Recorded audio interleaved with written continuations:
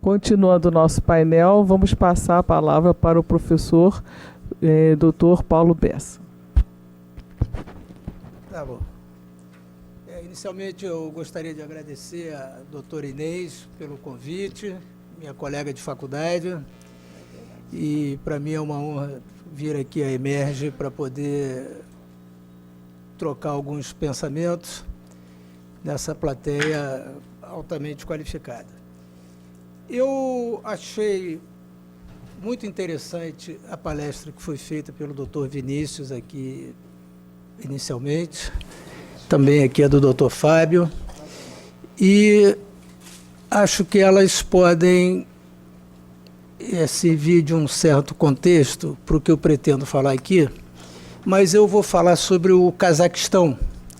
Lá no Cazaquistão existe um estado chamado Janerov. Então, lá nesse estado de Janerov, no Cazaquistão, foi cometida muita corrupção no estado de Janerov. Lá, dois ex-governadores, Kabralovs e Pezanzov, estão presos, e o Ministério Público lá do Cazaquistão assistiu isso tudo sem se mexer. Tanto que o procurador-geral lá do Cazaquistão ou está preso ou está com uma tornozeleira, alguma coisa assim. Então ele assistiu isso tudo, não se movimentou. Isso não acontece aqui no Brasil, felizmente, mas lá no Cazaquistão foi o que aconteceu. Então, veja bem, me deram aqui esse tema de improbidade ambiental. Eu, olhando a lei de improbidade administrativa, eu não encontro, no caso brasileiro, nenhuma norma que diga respeito especificamente a questões ambientais. Encontro na Lei 9.605 e chamo a atenção dos senhores que na Lei 9.605 existem 5 crimes contra a administração pública. Administração pública ambiental. 3 praticados por servidores públicos. Muito bem. O doutor Vinícius falou aqui muito sobre o problema de orçamento do Estado do Rio de Janeiro. Eu fui 30 anos no Ministério Público Federal, então, e já participei de muitos inquéritos de corrupção, inclusive quando fui procurador-geral do FRJ, era a época do plano Collor, então aquilo ali era uma festa de liminares e tal. Então, assim, posso dizer que tenho contribuído um pouquinho com essa questão de combate à corrupção. Dentro da própria universidade, que eu sou professor também, participei lá de inquérito, demissão de 10 servidores. Então, não tem problema com relação a isso. Mas é lógico que não foi a corrupção do governador Kabralovs, que lá no Cazaquistão, que quebrou o Estado do Cazaquistão, o Janerov lá, que era o Estado. Havia uma questão que foi abordada aqui pelo doutor Maurício, comparativamente, porque nós estamos falando lá do Cazaquistão, não estamos falando daqui, mas de atividade econômica baixíssima, que impacta na arrecadação, evidentemente. Claro que essa arrecadação pode ser melhorada, sistemas de arrecadação podem ser melhorados, mas se não tiver ovo, não tem omelete. Então, se não tiver recurso econômico, se não tiver atividade econômica acontecendo, não tem. É lógico, tem que dar nota fiscal, tem que fazer tudo isso, tem que fiscalizar as grandes empresas, mas tem que haver atividade econômica. Muito bem. Aí, o que isso tem a ver com improbidade ambiental? Eu volto a dizer, não há, da lei de improbidade administrativa, nenhum crime, nenhuma imputação relativa a atividades ambientais. O professor Fábio falou, não, mas tem que ver a lei de base, porque a lei de base é que vai servir para que se faça ou não a improbidade, etc., etc. Portanto, teria que haver uma violação de uma norma de direito ambiental para que se caracterizasse a improbidade administrativa ambiental. Muito bem. Aí nós temos uma situação curiosa. Por quê? Volto a dizer, fui do Ministério Público 30 anos, fui um dos primeiros procuradores da República a trabalhar com questões ambientais e venho trabalhando com esse tema já há muito tempo, talvez por volta de uns 30 anos, então acho que me considero um palpiteiro qualificado nessa matéria. Mas, veja bem, o que acontece? Eu trabalhei na Secretaria de Meio Ambiente, chefiei a assessoria jurídica aqui no Estado por 3 anos. Eu não conheço praticamente nenhum servidor de órgão ambiental que não responda pelo menos um inquérito civil básico. Das pessoas que eu conheço. Uma que eu conheço que foi durante 15 dias presidente da extinta FEMA, ela em 15 dias que ela exerceu a presidência da FEMA, ela emitiu uma licença fruto de um processo administrativo de licenciamento ambiental que chegou-lhe às mãos, ela assinou essa licença e ela, há pelo menos 12 anos, responde uma ação de improbidade administrativa. Como é uma pessoa do meu relacionamento pessoal, e eu conheço, a casa dela, o apartamento que ela mora, talvez seja 1/4 dessa sala. 25% do tamanho dessa sala. Então, alguma coisa está errada. Nós temos aqui no estado do Rio de Janeiro, e esse é um caso curioso, no município de Maricá, nós temos 2 projetos grandes, e eu, por acaso, sou advogado dos 2. Um é um porto, e o outro é um resort. Na questão do porto, que é um investimento privado,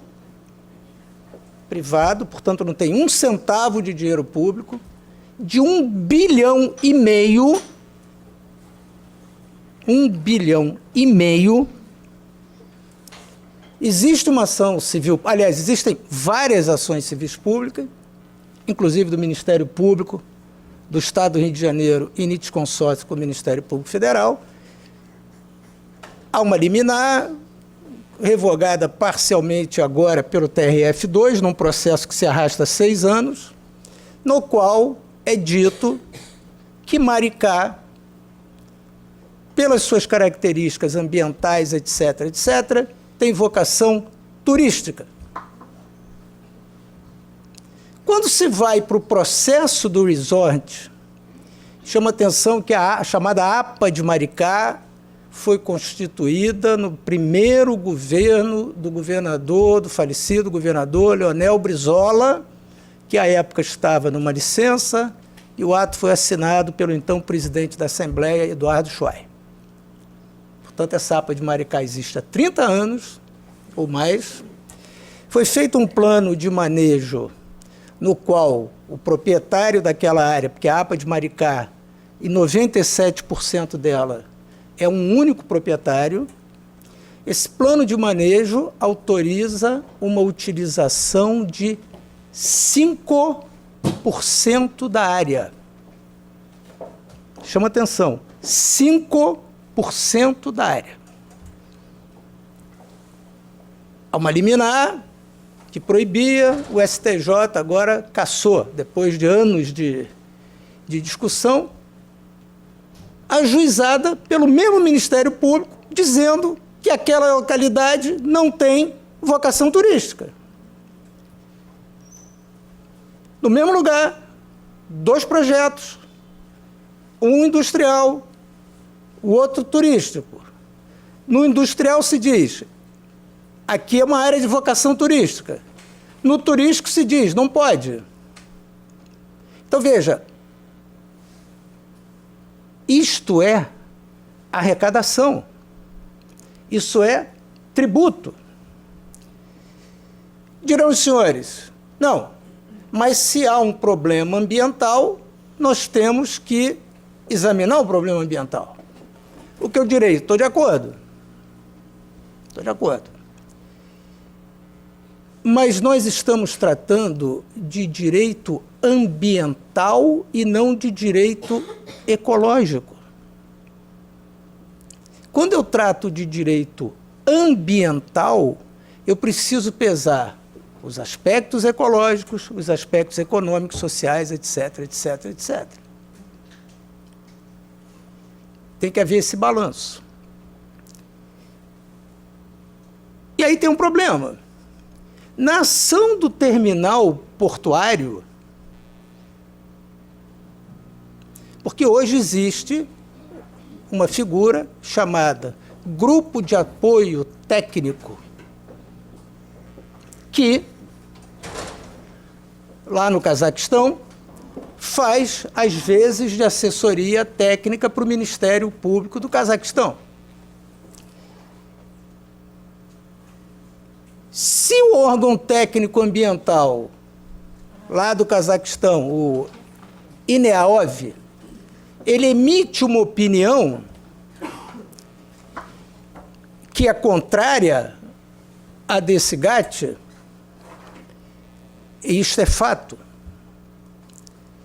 Os servidores que emitiram um parecer estão sendo todos processados criminalmente com liminar de afastamento de cargo, porque discordaram da opinião. Em momento nenhum eles foram acusados de corruptos, foram acusados de pedir propina, pedir dinheiro, simplesmente porque eles, técnicos, emitiram uma opinião que essa instituição chamada GATT não concordava. Então, quando a gente fala nessas questões de improbidade, nós também precisamos ter um certo cuidado. Até que ponto nós estamos, de fato, falando em condutas ilícitas, em condutas contra a ordem jurídica, ou condutas que desagradam A, B ou C. Por isso, essas normas extremamente abertas, como nós temos hoje no Brasil, elas são muito problemáticas. São muito problemáticas. E veja, o mesmo Ministério Público que está falando do problema da arrecadação do Estado do Rio de Janeiro, e o doutor Vinícius é meu amigo, e não veem que isso também há um problema econômico por trás, esse mesmo Ministério Público, ele impede a atividade econômica.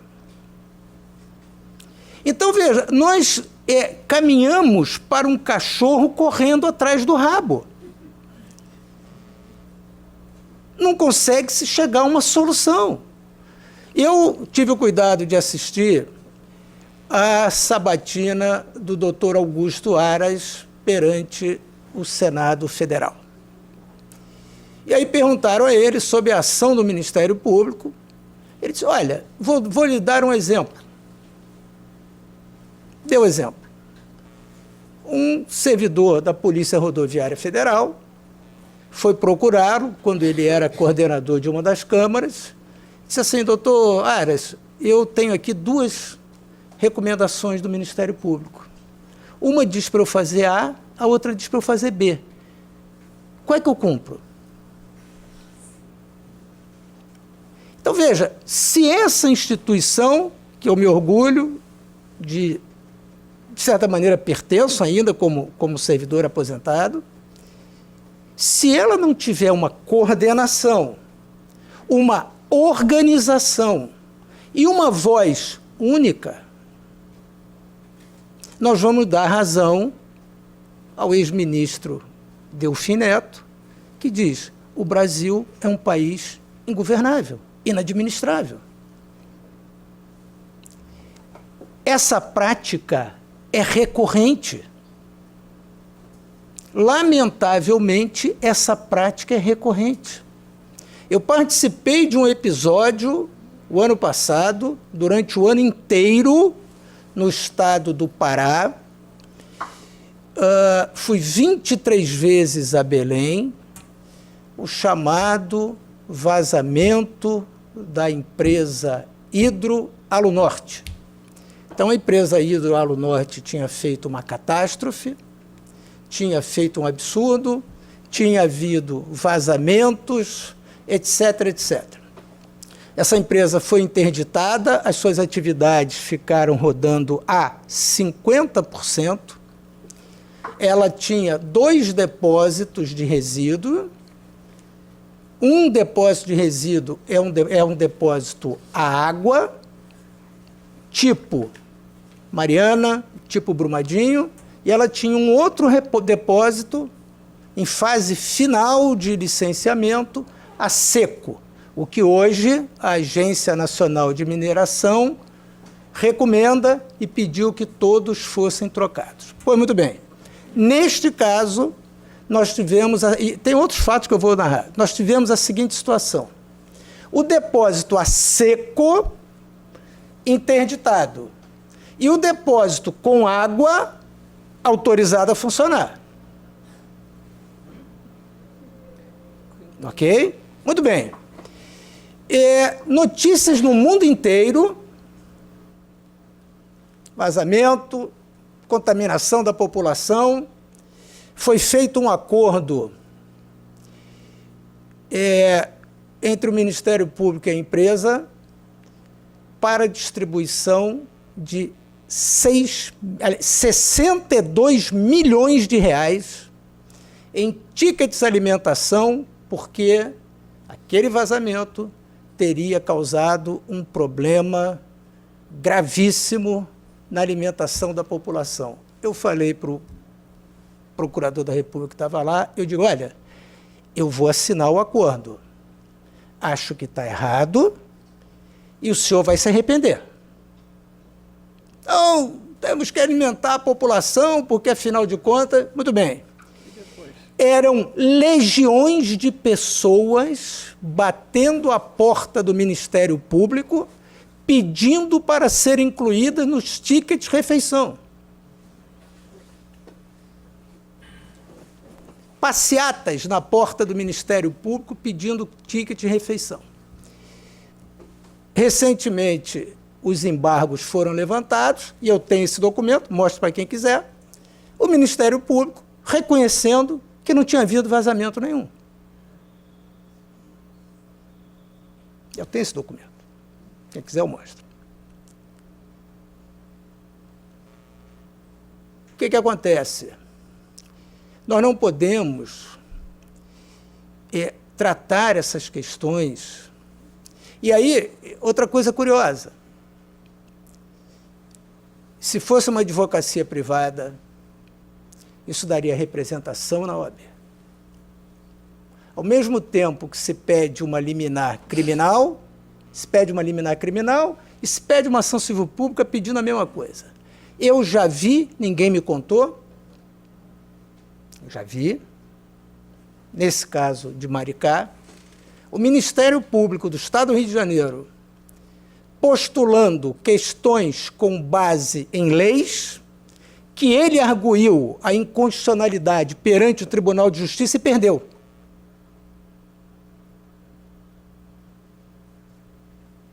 E ele arguindo a inconstitucionalidade dessas leis em primeiro grau de jurisdição em relação arguições de inconstitucionalidade que ele próprio propôs perante o Tribunal de Justiça e perdeu.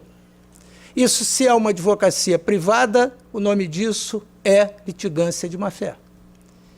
Então, nós precisamos, e volto a dizer, temos que prestigiar o Ministério Público.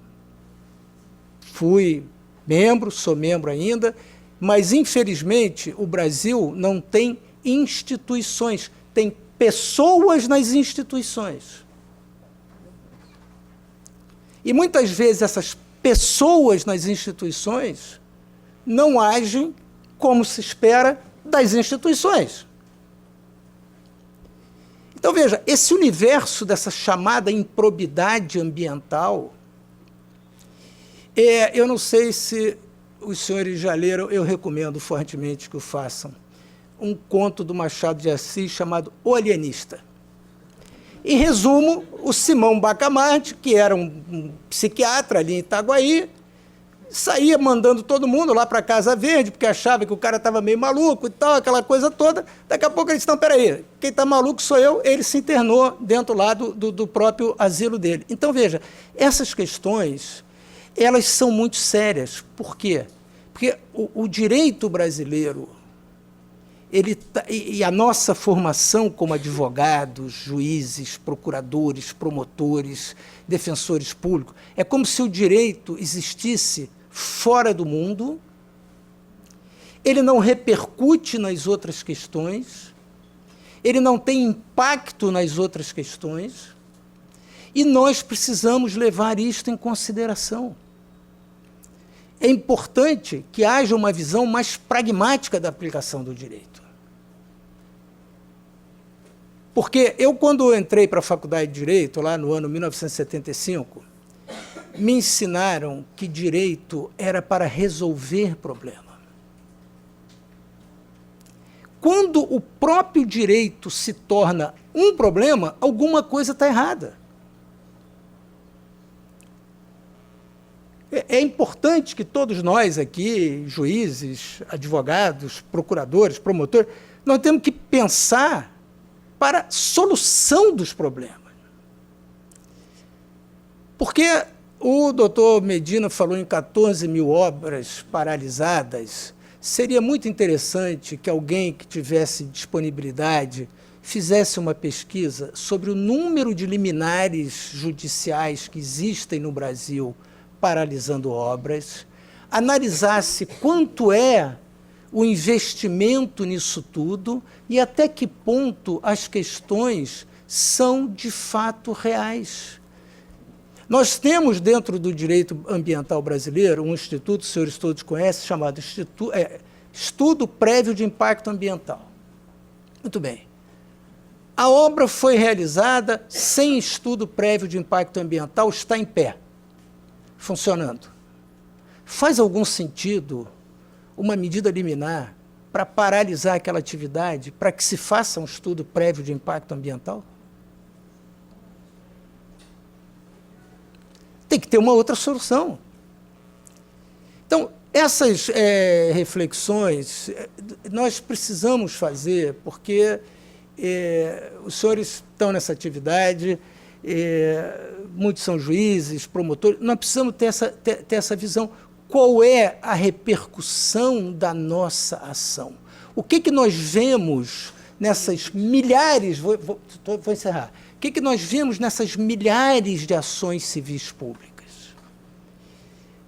O órgão ambiental emite um parecer, um cidadão qualquer, que ninguém sabe de onde saiu, diz que aquele parecer está errado, e aquilo é suficiente para paralisar a administração.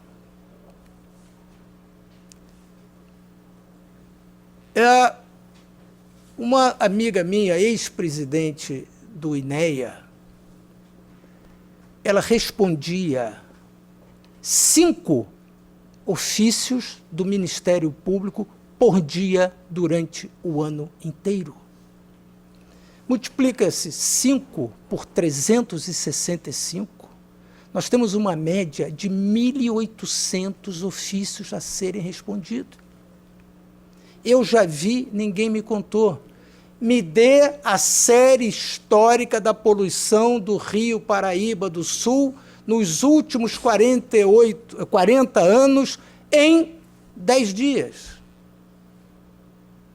sob pena de crime de desobediência. Essas perplexidades, eu acho importante que a gente possa trazer isso aqui na Escola da Magistratura, porque esse é o mundo real. Esse é o mundo real. Quem vive isto sabe que este é o mundo real. Não há uma obra de porte no Brasil que não tenha, no mínimo, aquele inquérito civil básico. Belo Monte tem 38 ações civis públicas.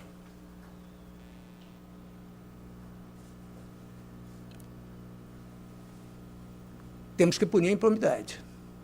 Mas a pergunta é, todos os servidores públicos são desonestos? Todos os laudos emitidos pelos órgãos de controle ambiental são laudos forjados?